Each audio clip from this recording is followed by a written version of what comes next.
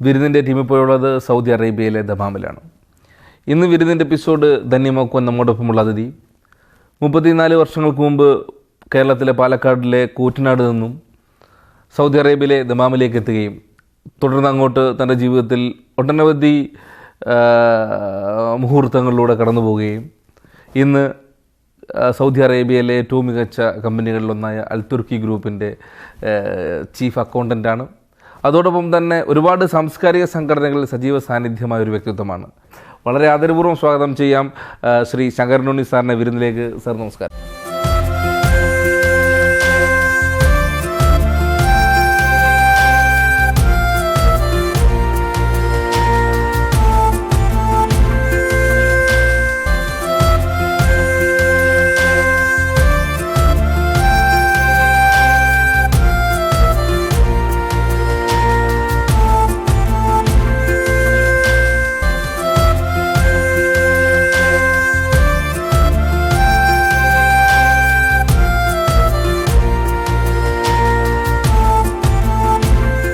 എങ്ങനെയായിരുന്നു താങ്കളുടെ ഒരു പ്രവാസ ജീവിതം തുടങ്ങുന്നത് എന്ന് ആദ്യം തന്നെ പറഞ്ഞാൽ നന്നായിരിക്കും.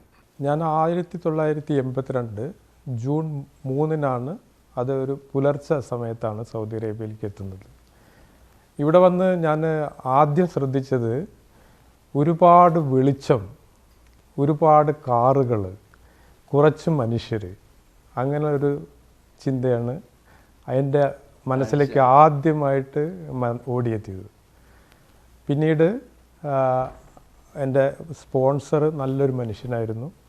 അദ്ദേഹം നാദ സ്പോർട്സ് ക്ലബ്ബ് എന്ന ക്ലബിൻ്റെ ഒരു സംഘാടകനും ഒരു കളിക്കാരനും കൂടിയായിരുന്നു.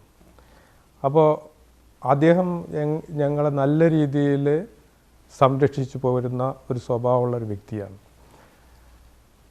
അദ്ദേഹത്തിൻ്റെ കൂടെ ഒരു വർഷം ഞാൻ ജോലി ചെയ്തു.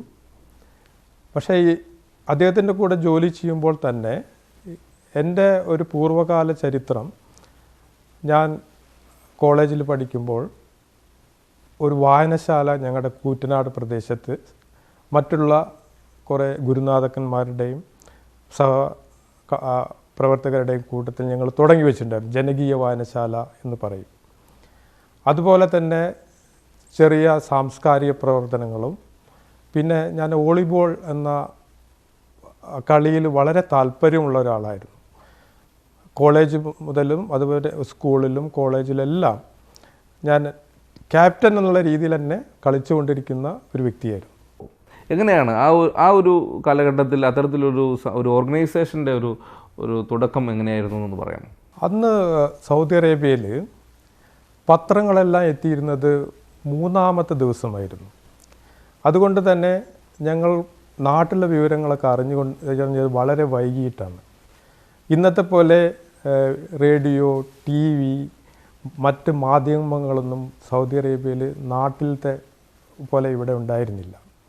അപ്പോൾ വൈകുന്നേരങ്ങൾ വളരെ വിരസമായി മുന്നോട്ട് പോകുന്ന ഒരു അവസരത്തിലാണ് ഈ വൈകുന്നേരങ്ങളെ എങ്ങനെ സജീവമാക്കാം എന്ന് ഞങ്ങൾ കുറച്ച് ചെറുപ്പക്കാർ കൂടിയിരുന്ന് ചിന്തിച്ചതിൻ്റെ ഒരു പ്രവർത്തന ഫലമായിട്ടാണ് Kerala arts and sports club രൂപീകരിക്കപ്പെടുന്നത്. അന്ന് ഞങ്ങൾക്ക് കളിക്കാനായിട്ടുള്ള ഒരു പ്രത്യേക സ്ഥലമോ ഒന്നും ഉണ്ടായില്ലെങ്കിൽ കൂടി കിട്ടിയ സ്ഥലത്ത് വോളിബോൾ കളിച്ച് അങ്ങനെ ഞങ്ങൾ വളർന്നു. ഞങ്ങളിൽ പ്രധാനമായിട്ട് ഈ ക്ലബ്ബ് കേന്ദ്രീകരിച്ചിരുന്നത് വോളിബോളിലും മറ്റ് ചെറിയ വർഷങ്ങളിൽ നടത്തിക്കൊണ്ടിരിക്കുന്ന ക്യാരംസ്, അതുപോലെ തന്നെ ചെസ് ടൂർണമെൻറ്റുകൾ, അതുപോലെ കുടുംബ കൂട്ടായ്മകൾ, ഇതൊക്കെ ആയിരുന്നെങ്കിൽ കൂടി ഈ ഒരു പ്രസ്ഥാനത്തിൽ ഞങ്ങൾ രാഷ്ട്രീയം, മതം, അതുപോലെ തന്നെ മറ്റ് ചിന്താഗതികൾ കൊണ്ടുവരുന്നുണ്ടായിരുന്നില്ല. എങ്ങനെയാണ് ഈ മധുരമലയാളം എന്ന് പറയുന്നൊരു കൺസെപ്റ്റിൻ്റെ തുടക്കം, അതിൻ്റെ പ്രവർത്തനങ്ങൾ എങ്ങനെയാണ്? ഈ ടോസ്റ്റ് മാസ്റ്റർ എന്ന് പറയുന്നൊരു കൺസെപ്റ്റ് എന്നാൽ എന്ത്? ഞാൻ 2012 ടോസ്റ്റ് മാസ്റ്റേഴ്സ് ക്ലബിൽ അംഗമായിട്ട് ചേരുന്നത്. എൻ്റെ സുഹൃത്തുക്കൾ വഴിയാണ് എനിക്കതിനൊരു അവസരം ലഭിച്ചത്. അവർ മലയാളത്തെ സ്നേഹിക്കുന്ന കുറേ ചെറുപ്പക്കാർ മലയാളത്തിനായിട്ട് ഒരു ടോസ്റ്റ് മാസ്റ്റേഴ്സ് ക്ലബ്ബ് വേണം എന്നുള്ള ആഗ്രഹത്തോടു കൂടി നടക്കുന്ന സമയത്ത് അതിലേക്ക് ആളുകളെ സംഘടിപ്പിക്കാനുള്ള ഒരു ആവശ്യമായിട്ടാണ് എന്നെ സമീപിച്ചത്. ഞാനൊരു പൊതുകാര്യ പ്രവർത്തകനായതുകൊണ്ട് അവർ എന്നിൽ നിന്നും കൂടുതൽ മെമ്പർമാരെ പ്രതീക്ഷിച്ചിരുന്നു. അങ്ങനെയാണ് ഞാൻ ടോസ്റ്റ് മാസ്റ്റേഴ്സ് ക്ലബിനെ പറ്റി അറിയുന്നതും ഇതൊരു നല്ലൊരു സംരംഭമാണെന്ന് മനസ്സിലാക്കുന്നതും. ഞങ്ങൾ 10-20 പേർ കൂടി ആ ഒരു പ്രസ്ഥാനം അവിടെ വെച്ച് തുടങ്ങുന്നതും. പിന്നീടാണ് അത് ഞാൻ മനസ്സിലാക്കുന്നത് നമ്മളെ പേഴ്സണാലിറ്റി ഡെവലപ്മെൻറ്റ്, അതുപോലെ തന്നെ നമ്മുടെ നല്ല ഭാഷ സംസാരിക്കാനുള്ള കഴിവ്, ക്രൗഡ് ഫിയർ ഉള്ളവരെ നിന്ന് മാറ്റി നിർത്തി ആരുടെ മുന്നിലും സംസാരിക്കാനുള്ള ഒരു കഴിവ് വർദ്ധിപ്പിക്കുക, ഇങ്ങനെയുള്ള ഒരു സംരംഭമായിട്ട് മുന്നോട്ട് പോകുന്ന ഒരു പ്രസ്ഥാനമാണെന്നും ഇതിൽ നിന്നും നമുക്ക് ചെയ്യാൻ കഴിയുന്നത് ഒരു കൂട്ടം ചെറുപ്പക്കാർക്ക് അല്ലെങ്കിൽ അത്തരം ആളുകൾക്ക് വിദ്യാഭ്യാസം പകർന്നു കൊടുക്കുക എന്നുള്ളതുമാണ്. ഞാൻ എൻ്റെ എല്ലാ പ്രോജക്റ്റുകളും ആദ്യത്തെ 10 പ്രോജക്റ്റും ചെയ്തത് മലയാളത്തിലാണ്. പിന്നീടാണ് ഞാൻ ഇംഗ്ലീഷിലേക്ക് മാറി അൽത്തുർക്കി ടോസ്റ്റ് മാസ്റ്റേഴ്സ് ക്ലബ്ബ് ഉണ്ടാക്കുന്നതും ഇന്ന് ഈസ്റ്റേൺ പ്രോവിൻസിലെ ഏറ്റവും നല്ല സ്പീക്കേഴ്സ് ഉള്ള നല്ലൊരു ക്ലബ്ബായിട്ട് അത് വളർത്തിക്കൊണ്ടുവരാനും കഴിഞ്ഞതിൽ ഞാൻ കൃതാർത്ഥനാണ്. താങ്കളുടെ ഈ ഒരു അനുഭവത്തിൽ വളരെ രസകരമായി തോന്നിയ മുഹൂർത്തങ്ങളും അതുപോലെ തന്നെ ചേഞ്ച് ഉണ്ടായിട്ടുള്ള വ്യക്തികളെക്കുറിച്ച് ഓർക്കുകയാണെങ്കിൽ ഞങ്ങളുടെ പ്രേക്ഷകരുമായി ഒന്ന് ഷെയർ ചെയ്താൽ നന്നായിരിക്കും. ഈ ഒരു ചോദ്യത്തിന് ഉത്തരം പറയുമ്പോൾ എൻ്റെ ക്ലബ്ബിൽ അൽത്തുർക്കി ആണെങ്കിലും മധുര മലയാളം ടോസ്റ്റ് മാസ്റ്റേഴ്സ് ക്ലബ്ബാണെങ്കിലും വളരെ പരിചയസമ്പന്നരായ ഒരുപാട് വിദ്യാർത്ഥികൾക്ക് മുന്നിൽ നിന്ന് പഠിപ്പിച്ചു കൊണ്ടിരിക്കുന്ന ടീച്ചർമാർ, അതുപോലെ തന്നെ PhD കഴിഞ്ഞ അധ്യാപകർ, ഇവരെല്ലാം വന്ന് ചേരുകയുണ്ടായിട്ടുണ്ട്. അവർ ആദ്യത്തെ അല്ലെങ്കിൽ രണ്ടാമത്തെ മൂന്നാമത്തെ പ്രസംഗം ചെയ്യുമ്പോൾ ഞങ്ങളുടെ മുന്നിൽ നിന്ന് വിറയ്ക്കുന്നത് കാണാൻ ഉള്ള ഒരു അവസരം എനിക്കുണ്ടായിട്ടുണ്ട്. ആ സമയത്തൊക്കെ ഞാനങ്ങനെ ആലോചിക്കും, എന്തുകൊണ്ട് ഇത്രയും കുട്ടികളെ പഠിപ്പിക്കുന്ന ഇവർ ഇങ്ങനെ ഒരു 10, 20, 25 ആൾക്കാരുടെ മുന്നിൽ ഇങ്ങനെ വിറയ്ക്കാനുള്ളൊരു കാരണം എന്ന് ഞാനിങ്ങനെ വെറുതെ ചിന്തിച്ചു പോയിട്ടുണ്ട്. പിന്നീടാണ് ഞാൻ മനസ്സിലാക്കിയത് അവർ ഓരോ പ്രോജക്റ്റുകളും കഴിഞ്ഞ് മുന്നോട്ട് പോകുമ്പോൾ വളരെ നല്ല സ്പീക്കേഴ്സായും വളരെ നല്ല ലീഡേഴ്സായും അവർ പല സമയങ്ങളിലും ഞങ്ങൾ ക്ലബ് കോമ്പറ്റീഷനിൽ ഞങ്ങളോട് മത്സരിച്ചിട്ട് ഞങ്ങളെ തോൽപ്പിച്ചിട്ട് മുന്നോട്ട് പോയ ചരിത്രം പോലും ഉണ്ട്. കലാപ്രവർത്തന രംഗത്തേക്കുള്ള ഒരു സ്നേഹം എങ്ങനെയാണ്, അതിൻ്റെ ഒരു തുടക്കം എങ്ങനെയാണ്, നാട്ടിൽ എങ്ങനെയാണ് അതിനെ പരിപോഷിപ്പിക്കാൻ താങ്കളുടെ മനസ്സും താങ്കളുടെ സൗഹൃദങ്ങളും ഉപയോഗിക്കുന്നത്? പേസ് ട്രസ്റ്റ് പെരുങ്ങോട് എന്ന ആ കൂട്ടായ്മയിലേക്ക് ഞാൻ വളരെ യാദൃശ്ചികമായിട്ടാണ് എത്തിച്ചേരുന്നത്. ഒരു കൂട്ടം ചെറുപ്പക്കാർ ചെറിയ കൊച്ചു ഫിലിമുകൾ എടുത്ത് അവരുടേതായ വളരെ ചുരുങ്ങിയ ചിലവിൽ 18,000 രൂപ, 26,000 രൂപ, 55,000 രൂപ ഇത്രയൊക്കെ മുടക്കിയെടുത്ത് അവരവിടെ ഇങ്ങനെ പ്രവർത്തിക്കുന്ന വിവരം വളരെ യാദൃശ്ചികം. ഒരു ചിത്രം വരയ്ക്കാൻ ഒരു സുഹൃത്തിൻ്റെ അടുത്ത്, സുദേവൻ എന്ന അതിൻ്റെ പ്രൊഡ്യൂസറുടെ അടുത്ത് ചെന്നപ്പോഴാണ് ഞാൻ മനസ്സിലാക്കുന്നത്. അവരുടെ ഈ ഉത്സാഹം, അവരുടെ ആത്മാർത്ഥത കണ്ടപ്പോൾ അവരെ സഹായിക്കണമെന്ന് എൻ്റെ ചെറിയ മനസ്സ് എന്നോട് പറഞ്ഞു. അങ്ങനെ അവരുടെ മറ്റ് തുടർ സംരംഭങ്ങളിൽ ഞാൻ ഭാഗവാക്കുകയും അതെല്ലാം വലിയ വിജയങ്ങളായി മാറുകയും ചെയ്തു. അതിന് ശേഷമാണ് CR നമ്പർ 89 അവർ പ്രൊഡ്യൂസ് ചെയ്യുന്നത്. അതിലേക്ക് ഞാൻ എൻ്റെ കഴിയാവുന്ന രീതിയിലുള്ള സംഭാവന കൊടുത്തതിന് പുറമെ എൻ്റെ മാതൃസംഘടനയായ കേരള ആർട്സ് ആൻഡ് സ്പോർട്സ് ക്ലബിൻ്റെ പ്രവർത്തകരെ സമീപിച്ച് 25,000 രൂപ സംഭാവനയായിട്ട് കൊടുക്കാൻ ഞങ്ങൾക്ക് കഴിഞ്ഞു. ഈ 25,000 രൂപ എന്ന് പറഞ്ഞാൽ ആ ഫിലിമിന് മൊത്തം ചിലവ് വന്നിരിക്കുന്നത് 6 ലക്ഷം രൂപയാണ്. അപ്പോൾ അതൊരു വലിയ എമൗണ്ടാണ്. ഈ 6 ലക്ഷം രൂപ കൊണ്ട് പിടിച്ച ആ ഫിലിം കേരള സംസ്ഥാന അവാർഡ്, ഏറ്റവും നല്ല ഫിലിമിനുള്ള അവാർഡും സഹനടനുള്ള അവാർഡും വാങ്ങിക്കുകയുണ്ടായി. ഇതിനു പുറമെ ഒരുപാട് പുരസ്കാരങ്ങൾ വാരിക്കൂട്ടിയ ഒരു ഫിലിമാണത്.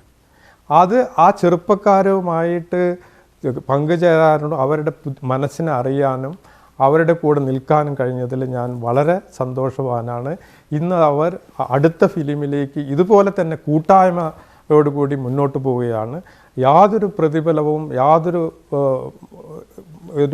റെമ്യൂണറേഷനും ഉദ്ദേശിക്കാത്ത ഈ ചെറുപ്പക്കാരുടെ കൂട്ടായ്മയെ സന്തോഷിപ്പിക്കാനും അവരെ പ്രോത്സാഹിപ്പിക്കാനും എപ്പോഴും തയ്യാറുള്ള ഒരു മനസ്സായിട്ട് ഞാൻ മുന്നോട്ട് പോവുകയാണ്. ഇനി എൻ്റെ അറിവ് ശരിയാണെങ്കിൽ താങ്കൾ വിദ്യാർത്ഥി നേതാവായൊക്കെ തന്നെയും ഒരുപാട് പ്രവർത്തിച്ചിട്ടുള്ള ആളാണ്. യൂണിയൻ ചെയർമാനായിട്ട് പ്രവർത്തിച്ചിട്ടുള്ള ഒരു വ്യക്തിത്വമാണ്. അന്നത്തെ ആ ഒരു കാലഘട്ടത്തെക്കുറിച്ചൊന്ന്, വിദ്യാഭ്യാസ കാലഘട്ടത്തെ കലാലയ ഓർമ്മകളൊന്ന് പറഞ്ഞാൽ നന്നായിരിക്കും. എൻ്റെ പ്രാഥമിക വിദ്യാഭ്യാസം നടത്തിയത് വട്ടേനാട് ഗവൺമെൻറ് ഹൈസ്കൂളിലാണ്. അവിടെ നിന്നാണ് ഞാൻ വോളിബോൾ അങ്ങനെയുള്ള കളികൾ പഠിക്കുന്നതും. കൂടുതലും ഞാൻ ഒരു ആവറേജ് സ്റ്റുഡൻ്റ് ആയിരുന്നു. ഞാൻ കൂടുതലും കളി അങ്ങനെയുള്ള കാര്യങ്ങളിലാണ് എനിക്ക് കൂടുതൽ താല്പര്യമുണ്ടായിരുന്നത്. എൻ്റെ വിദ്യാഭ്യാസ കാലഘട്ടം കഴിഞ്ഞതിന് ശേഷം, ഈ പ്രാഥമിക വിദ്യാഭ്യാസ കാലഘട്ടം കഴിഞ്ഞതിന് ശേഷമാണ് ഞാൻ വായനശാല പ്രവർത്തനത്തിലേക്ക് വരുന്നത്. ഒരു കൂട്ടം അധ്യാപകരും നാട്ടിലെ ചെറുപ്പക്കാരും ആദ്യമായി തുടങ്ങിയ ഒരു വായനശാല ജനകീയ വായനശാലയാണ്. ആ വായനശാലയിൽ ആദ്യ ഫൗണ്ടർ മെമ്പർ എന്ന രീതിയിൽ എനിക്ക് പ്രവർത്തിക്കാൻ കഴിഞ്ഞത് വലിയൊരു ഭാഗ്യമായിട്ട് ഞാൻ കണക്കാക്കുന്നു. കാരണം 16-17 വയസ്സുള്ള ഒരു കുട്ടി ഒരു 40-50 വയസ്സിനിടയിലുള്ള ഒരു കൂട്ടമായിട്ട് പ്രവർത്തിക്കുമ്പോൾ ഒരുപാട് ജനറേഷൻ ഗ്യാപ്പ് ഉണ്ടാകുമെങ്കിലും ഞാൻ അവരിൽ നിന്ന് ഒരുപാട് കാര്യങ്ങൾ പഠിച്ചു. പക്ഷേ അവർ എന്നിൽ നിന്ന് ഒരുപാട് കാര്യങ്ങൾ പഠിച്ചിട്ടുണ്ടായിരിക്കാം. ഈ ഒരു കാലഘട്ടത്തിലാണ് ഞാൻ കേരളത്തിലെ തന്നെ വളരെ പ്രശസ്തമായ government college Pattambi government Sanskrit കോളേജിൽ വിദ്യാർത്ഥിയായി ചേരുന്നതും അന്നത്തെ ആ ഒരു സാഹചര്യത്തിൽ രാഷ്ട്രീയത്തിലേക്ക് കയറുകയും ചെയ്യുന്നത്. അവിടെ വളരെ നല്ല രീതിയിൽ എല്ലാ വർഷങ്ങളിലും ഞാൻ വളരെ നല്ല രീതിയിലുള്ള ഒരു വിദ്യാർത്ഥി എന്ന നിലയ്ക്കും അതുപോലെ തന്നെ ഒരു രാഷ്ട്രീയ പ്രവർത്തകൻ എന്ന നിലയ്ക്കും എൻ്റെ കഴിവുകൾ എനിക്ക് പ്രകടിപ്പിക്കാൻ കഴിഞ്ഞിട്ടുണ്ട്. നാട്ടിൽ ആരൊക്കെയാണുള്ളത്? ഇവിടെ താങ്കളോടൊപ്പം ആരൊക്കെയാണ്? കുടുംബവിശേഷങ്ങളെക്കുറിച്ചൊന്ന് പറയും. എനിക്ക് നാട്ടിൽ എൻ്റെ വൈഫ് ഉഷ, പിന്നെ എൻ്റെ മൂത്ത മകള് സംഗീത. അവൾ BSc സൈക്കോളജി കഴിഞ്ഞു. അതിനുശേഷം MA വുമൺ സ്റ്റഡീസ് കഴിഞ്ഞു. കാലിക്കറ്റ് യൂണിവേഴ്സിറ്റി സെൻട്രലിൽ നിന്നാണ് അവളത് പഠിച്ചിറങ്ങിയത്. ഇന്ന് വിവാഹം കഴിഞ്ഞ് ഒരു കുട്ടിയുടെ അമ്മയാണ്. അവരുടെ ഹസ്ബൻഡ് വിപ്രോയിൽ എൻജിനീയറായിട്ട് ജോലി ചെയ്യുന്നു. എൻ്റെ രണ്ടാമത്തെ മകൾ കവിത, അവൾ MBAക്ക് ഇന്ന് പഠിച്ചുകൊണ്ടിരിക്കുകയാണ്. അതും യൂണിവേഴ്സിറ്റിയുടെ തന്നെ ഒരു ക്യാമ്പസിലാണ് പഠിച്ചുകൊണ്ടിരിക്കുന്നത്. പിന്നീട് എനിക്ക് നാട്ടിൽ അനിയനുണ്ട്. ഒരു സ്ഥാപനമുണ്ട്, SB ട്രേഡിംഗ് എന്ന് പറഞ്ഞിട്ട് ഒരു സ്ഥാപനമുണ്ട്. ഞങ്ങളുടെ കൂട്ടു ബിസിനസ്സാണ്. അതിൽ തന്നെ അവർ കേന്ദ്രീകരിച്ച് വർക്ക് ചെയ്തുകൊണ്ടിരിക്കുന്നു. എൻ്റെ ഭാര്യയും കുടുംബം ഒരുപാട് കാലം എൻ്റെ കൂടെ ഉണ്ടായിരുന്നു. കഴിഞ്ഞ ഒരു കൊല്ലം വരെ ഇവിടെ വന്നും പോയിക്കൊണ്ടിരിക്കുകയായിരുന്നു. പിന്നീട് അവർ നാട്ടിൽ തന്നെ കണ്ടിന്യൂ ചെയ്യാനുള്ള ഒരു താല്പര്യത്തോടു കൂടി ഇപ്പോൾ അവിടെ സകുടുംബം ജീവിച്ചുകൊണ്ടിരിക്കുന്നു. ഇവിടെ ഞാൻ താമസിക്കുന്നത് എൻ്റെ അനിയൻ ലോഹിതാക്ഷൻ, അവരുടെ ഭാര്യ താര, പിന്നെ 2 മക്കളുണ്ട്, ആര്യ, അനിരുദ്ധ്.